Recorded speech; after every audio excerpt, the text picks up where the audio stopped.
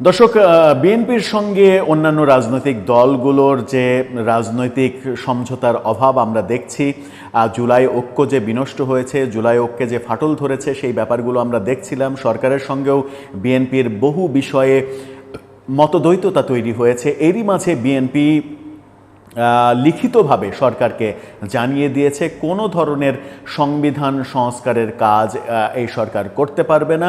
জুলাই সনদ বাস্তবায়ন এটা আগামী সংসদের ব্যাপার, এই সরকার এই কাজগুলো করতে পারবে না, এটা লিখিতভাবে বিএনপি সরকারকে জানিয়ে দিল। এর মাধ্যমে কি অবস্থার সৃষ্টি হচ্ছে? যারা পিআর পদ্ধতিতে নির্বাচন, জুলাই সনদ বাস্তবায়ন, এই ব্যাপারগুলো চাচ্ছিল, গণভোট দেয়া, সংবিধান পরিবর্তন, জুলাই সনদকে সংবিধানের উপরে স্থান দেওয়া, এই ব্যাপারগুলো যারা চাচ্ছিল, সরকারেরও চাওয়া ছিল এক ধরনের, সেটা কি ভেস্তে গেল এবং সেটা ভেস্তে যাওয়ার একটা আনুষ্ঠানিক রূপ নিল?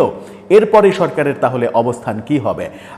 ফেব্রুয়ারিতে নির্বাচনের ব্যাপারে খুব একটা সন্দেহ আর কেউ দেখছেন না। নির্বাচনের ডামাডোল বাজতে শুরু করেছে।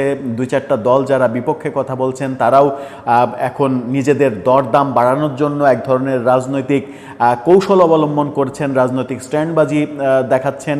এরকম আলোচনা যখন সমাজে রয়েছে, তখন বিএনপির এই অবস্থান স্পষ্ট করা নতুন কি বার্তা দিচ্ছে একটু বুঝে ওঠার চেষ্টা করব। এই ভিডিওতে থাকবেন পলিটিক্স টিভির নিয়মিত আয়োজনে।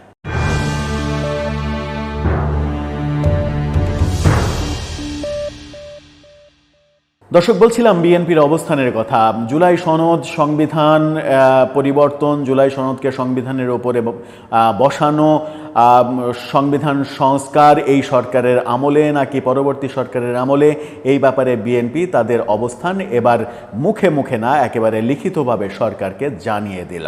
তার মানে সরকার এখন বড় ধরনের বিব্রতকর অবস্থার মধ্যে পড়ে গেল। জামাত, এনসিপি, ইসলামী আন্দোলন, এবি পার্টির মতো দলগুলো যখন চাইছে জুলাই সনদ বাস্তবায়ন করতে হবে এই সরকারের আমলে, তখন বিএনপির এই উল্টা অবস্থান ওই দলগুলোকে যেমন বিপদে ফেলবে, সরকারকেও একটা নতুন বিব্রতকর পরিস্থিতির মধ্যে ঠেলে দেবে। কি বলছে বিএনপি? ডেইলি স্টারের সংবাদ শিরোনামটা আপনারা দেখে নিতে পারেন। সেখানে বলা হচ্ছে, অন্তর্বর্তীকালীন সরকারের অধীনে সাংবিধানিক সংস্কারে বিএনপির না, অর্থাৎ কোনো ধরনের সাংবিধানিক সংস্কার এই সরকারের অধীনে বিএনপি মেনে নেবে না। বিএনপি বলছে 2026 সালের ফেব্রুয়ারির জাতীয় নির্বাচনের আগে তারা কোনো সাংবিধানিক সংস্কার করবে না, সমর্থন করবে না। তাদের যুক্তি, এই ধরনের পরিবর্তন হতে হবে একমাত্র সংসদে। জাতীয় ঐক্যমত্য কমিশনের সহসভাপতি অধ্যাপক আলী রিয়াজকে দেওয়া এক চিঠিতে এটা লিখিতভাবে তারা জানিয়েছে।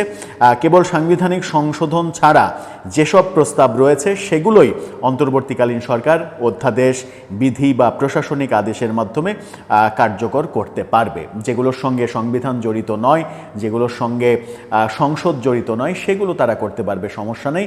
কিন্তু কোনো ধরনের সাংবিধানিক পরিবর্তন এই সরকার করতে পারবে না, এই সরকারের অধীনে বিএনপি মেনে নেবে না।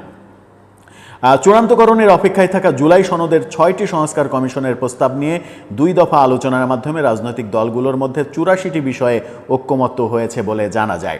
বিএনপি মহাসচিব মির্জা ফখরুল ইসলাম আলমগীর স্বাক্ষরিত চিঠিতে বলা হয়েছে, সাংবিধানিক সংস্কারের সব প্রস্তাব নির্বাচিত সরকার দায়িত্ব নেয়ার 2 বছরের মধ্যে বাস্তবায়ন করতে হবে। বিএনপি সতর্ক করে বলে দিয়েছে, জুলাই সনদকে সাংবিধানিক দলিল হিসেবে স্বীকৃতি দেওয়ার চেষ্টা করা হলে তা হবে আইন এবং সাংবিধানিকভাবে অগ্রহণযোগ্য। অর্থাৎ জুলাই সনদকে কোনোভাবেই সংবিধানের ওপরে স্থান দেয়া যাবে না, যেটা সরকারও চেষ্টা করছে এবং জামাত, এনসিপির পক্ষ থেকেও চাওয়া হচ্ছে। সেটার বিপক্ষে বিএনপি এবার লিখিত অবস্থান জানিয়ে দিল।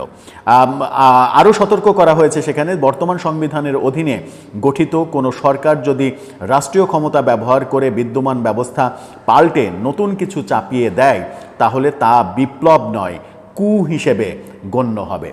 অর্থাৎ এই সরকার যদি সংবিধান পরিবর্তনের কিংবা চাপিয়ে দেওয়ার কোনো ধরনের চেষ্টা করে, সেটাকে বিপ্লব বলা হবে না, সেটাকে সাংবিধানিক কু, রাষ্ট্রীয় কু হিসেবে দেখা হবে। তার মানে সরকার বড় ধরনের সংকটে পড়ে গেল।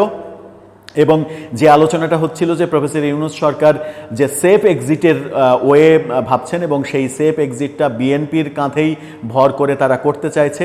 সেফ এক্সিট বিএনপি ছাড়া অন্য কারো দেওয়ার ক্ষমতা নেই বলেই মনে করছে, কারণ আগামী নির্বাচনে বিএনপি বিজয়ী হয়ে ক্ষমতায় আসবে বলেই সাধারণ ধারণা। আর বিএনপি যদি ক্ষমতায় আসে তাহলে তারা যদি এই সরকারের কর্মকাণ্ড সংসদে বৈধতা না দেয় তাহলে সরকারের সংশ্লিষ্ট সবাইকে আদালতে হাজির হতে পারে এবং বিচারের মুখোমুখি হতেও হবে হয়তো।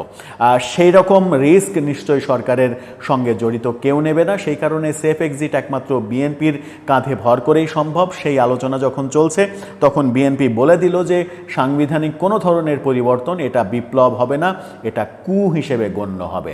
আর কু যদি করা হয় তাহলে পরবর্তী সংসদে সেই কু কোনোভাবেই পাশ করা হবে না, সেই সতর্কতা তো অটোমেটিক চলে আসে। দলটি আরও বলছে জুলাই ও গণ অভ্যুত্থানের পর গঠিত অন্তর্বর্তী সরকারকে যদি কোনো দল বা গোষ্ঠী অসম্মানজনক পথে ঠেলে দেওয়ার চেষ্টা করে তবে তা হবে জাতির জন্য দুঃখজনক। একেবারে স্পষ্টভাবে জামাত এনসিপিকে লক্ষ্য করেই তারা এই পয়েন্টটা বলেছে। একই সঙ্গে মনে রাখতে হবে বর্তমান রাজনৈতিক পরিস্থিতিতে সাংবিধানিক ধারাবাহিকতা ব্যাহত করার যে কোনো বিপজ্জনক চেষ্টা বাস্তবসম্মত নয়। বিএনপি স্থায়ী কমিটির সদস্য সালাউদ্দিন আহমেদ বলেছেন, সংবিধান কার্যকর থাকা অবস্থায় কোনো ব্যবস্থাই সেটা পরিবর্তন করতে পারে না। তিনি আরও বলেছেন, এ ধরনের কিছু করা হলে আদালতে আইনি চ্যালেঞ্জের মুখে পড়বে এবং সেটা টিকবে না। অর্থাৎ যে কোনো পরিবর্তন যদি সাংবিধানিক পরিবর্তন নির্বাহী আদেশে কিংবা রাষ্ট্রপতির অধ্যাদেশের মাধ্যমে করার চেষ্টা করে সরকার, তাহলে সেটা আদালতে টিকবে না, বড় বিপদ আসবে। এই যে বড় বিপদ, এবং তারা এটাও বলেছেন যে প্রফেসর ইউনূস 5 জুন যে ভাষণ, সেই ভাষণের কথা উল্লেখ করে বলেছেন তিনি সনদটিকে একটি প্রতিশ্রুতি হিসেবে তখন বর্ণনা করেছিলেন। সেই হিসেবেই এই সনদটাকে একটা প্রতিশ্রুতি হিসেবেই গ্রহণ করতে হবে। এটা কখনোই সাংবিধানিক পরিবর্তনের দলিল কিংবা সংবিধানের ওপরে রাখা সংবিধানের চাইতেও বড় কোনো দলিল হতে পারে না। এটাকে সাংবিধানিক স্বীকৃতি দিতে চাইলে সেটা কোনোভাবেই গ্রহণযোগ্য হবে না। এখন তাহলে সরকার কি করবে? এখন তাহলে জামাত এনসিপি কি করবে? কোন পথে তাদের মুভমেন্ট হবে? সেটা একটা বড় বিষয়। আমার মনে হয় যে এই ইস্যু নিয়ে যত যাই হোক, যে যতভাবেই কথা বলুক না কেন, বিএনপির সঙ্গে সাংঘর্ষিক অবস্থায় কেউই যেতে চাইবে না। কারণ দিন শেষে আগামী নির্বাচনে বিজয়ী দলকেই সংসদে এই সরকারের সমস্ত কার্যক্রম বৈধতা দিতে হবে। তা না হলে এই সরকারের সঙ্গে সংশ্লিষ্ট সবাই বিপদে পড়ে যাবে। সেই বিপদ কেউই ডেকে আনবে না, সেই বিপদকে আমন্ত্রণ জানানোর কোনো কারণই নেই। সুতরাং বিএনপির এই চাওয়াই পূর্ণ হবে। রাজনৈতিকভাবে মানে এক ধরনের নৈতিক পরাজয় হতে চলেছে বোধহয় জামাত এনসিপি সহ যে দলগুলো জুলাই সনদ বাস্তবায়ন এই সরকারের আমলেই করতে হবে এই কথা বলছে এবং জুলাই সনদকে সংবিধানের উপরে স্থান দিতে চাইছে। দর্শক, কি হতে চলেছে তাহলে? আপনার মতামত কি? আপনার মতে কি হতে পারে জানিয়ে লিখতে পারেন আমাদের কমেন্ট বক্সে।